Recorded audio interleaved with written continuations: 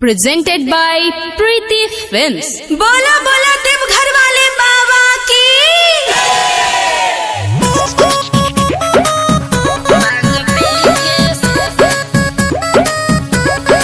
Music by Manish Jaswal. Preeti films recording studio चिरैया।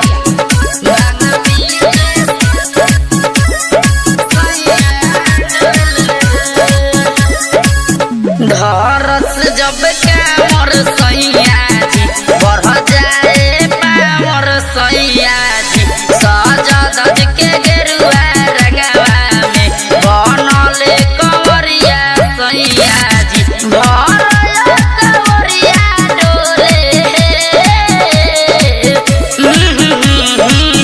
चलते डगरिया जैसे बोलबम बोले बांग पी के सैया डोले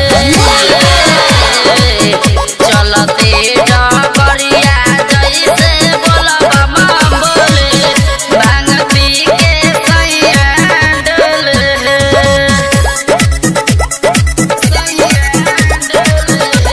बोला बोला बाबा गरीबनाथ की।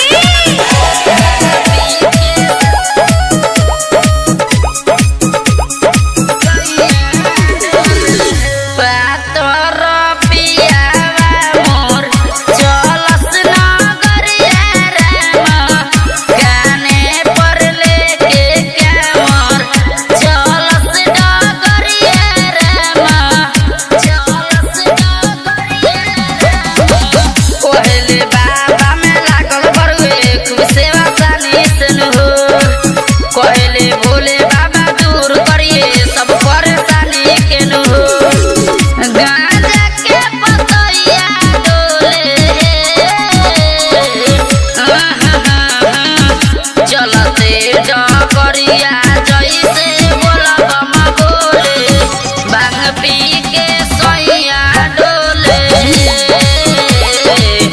चलते डगरिया जैसे बोलबम बोले बांग पी के सैया डोले प्रेम से बोल बाबा भूतनाथ की।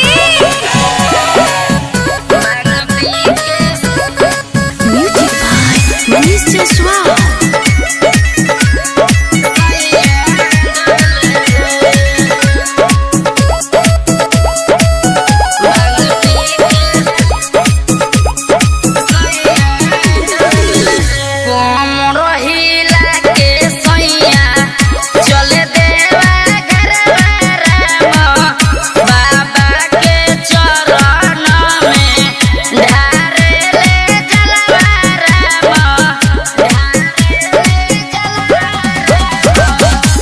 पकावर लेके रहिया में बोलबम के नारा बोलले सारा कंवरिया जो नगरिया में देख मस्ती में डोलले नीत से अर्जुनवा डोले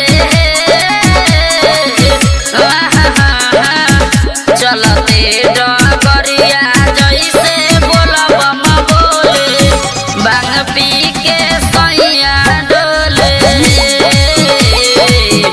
चलते डगरिया जैसे बोलबम बोले भांग पी के सैया डोले धरस जब कामर सैया जी बढ़ जाए पामर सैया जी सजद के गेरुआ रंगवा में बनले कंवरिया सैया जी भरल कंवरिया डोले चलते डगरिया जैसे बोलबम बोले बांग पी के सैया डोले चलते डगरिया जैसे बोलबम बोले बांग पी के सैया डोले प्रीति फिल्म्स रिकॉर्डिंग स्टूडियो चिरैया।